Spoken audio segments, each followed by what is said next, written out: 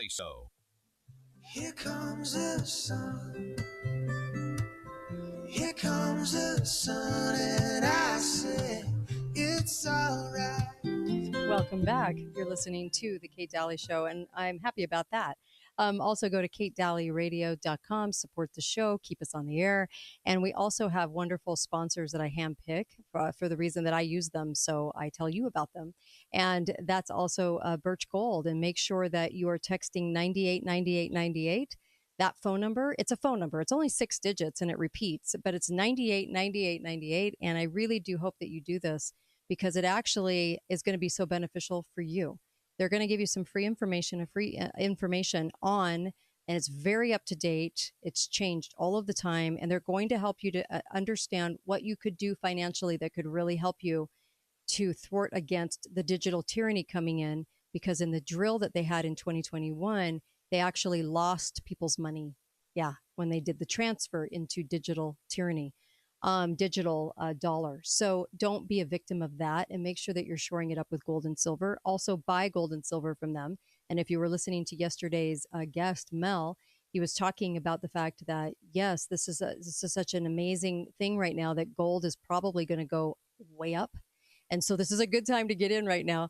And so he was saying, just take heed and get that through Birch Gold because they are amazing. There's a reason Ron Paul loves them and I love them and Steve Bannon loves them. He uses them and all kinds of people. I'm telling you that they're very, very good. 989898 and then just text my name, Kate, and you'll get the free information kit all by text. So it's pretty amazing. All right, Melissa, back here with you, of course. How are you?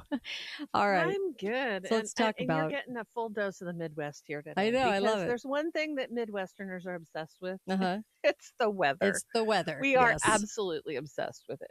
So I picked up a book a while ago and finally got around to reading it. It's called The Lost Art of Reading Nature's Signs. Mm-hmm. And the author, Tristan Gooley, is an international hiker. Okay. He hikes all over the world.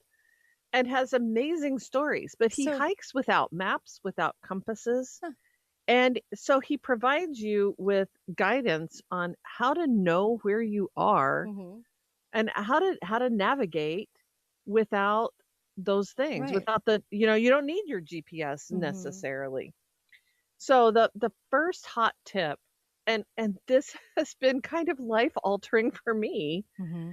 is we have to begin to open up our eyes and pay attention to what's going on around us. Yeah. And just like we were talking about people who are in front of screens all the time, Mm-hmm.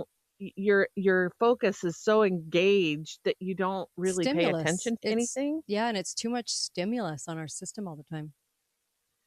That I have tried to just like wherever I am, just sit, be still, and look around. What is the sky doing? What are the clouds doing? What are the trees doing? Mm-hmm. Do you hear? What are you hearing? What are you feeling? What are you smelling? Just engage your senses. And it's quite a profound experience. I just had a little notebook with me and I started writing down all the birds that I could hear and identify. I had to write down an unknown bird. Mm-hmm. But so how did the guy find his way? No compass, no maps. He uses all kinds of things. His first tip is whatever landscape you're on, orient yourself to the landscape. Mm-hmm. And I think, honestly, some of these things they give us clues. People ponder and meditate. How did ancient people, how could they find their way around?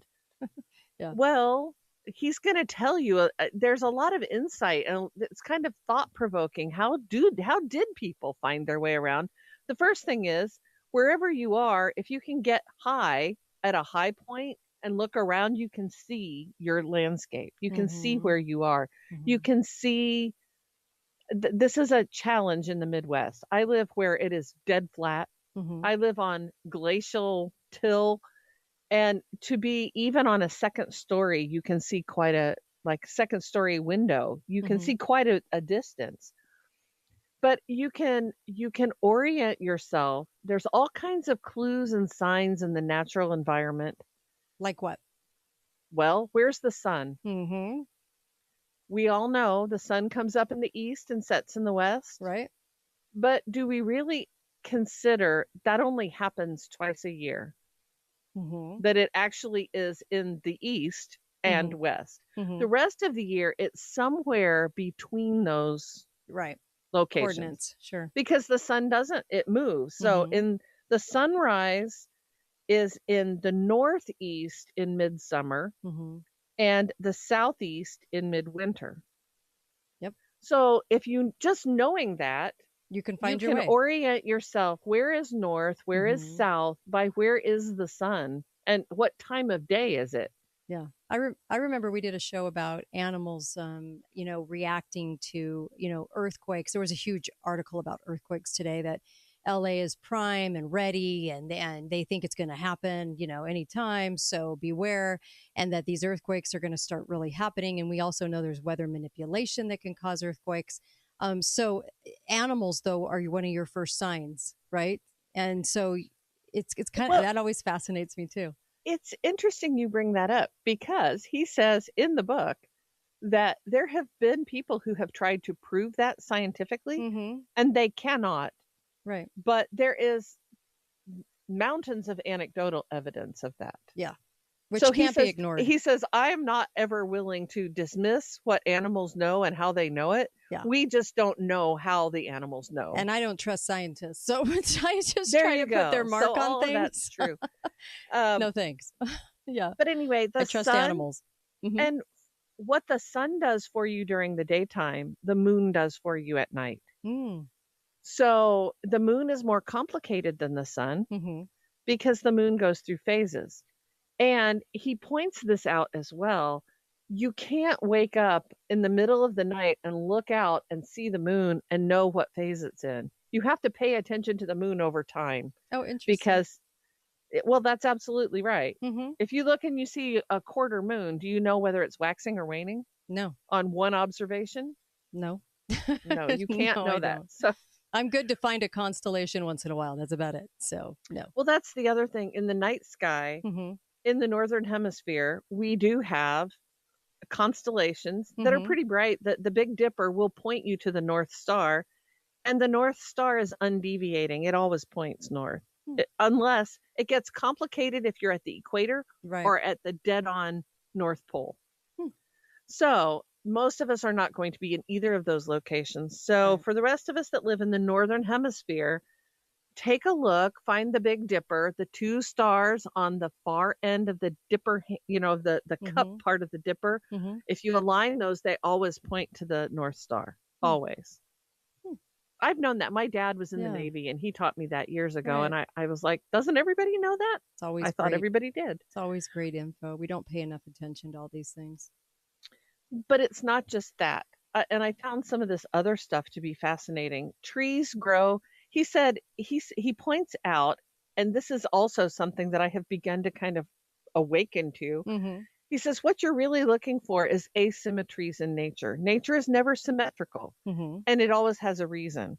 So he said, if you look at trees will grow more dense on the south-facing side. And I've started everywhere I'm driving. I'm looking at trees going, oh, look at that. That's really true. Yeah. It is. Trees that are on the north side where they don't get as much sun, the branches tend to go up straighter. Trees on the south side, they grow out horizontally, more horizontally. Okay. That's a qualitative statement. Trees don't grow in perfect. Right. Okay. Interesting. All right. We're going to go. The other thing that hold off. Oh, sure. Hold off. We're going to go to a break. And we'll come right back with that. I always think these things are fascinating, just like I do headlines, just like I do anything. I mean, I just love all kinds of information like this. And by the way, the headlines today, Russia's surprise attack has forced Russia to change plans. I think everything is so coordinated with that whole thing. I would doubt all of these headlines. I really would. And be right back with Midwest Melissa when we come back. I would never believe foreign news. Be right back.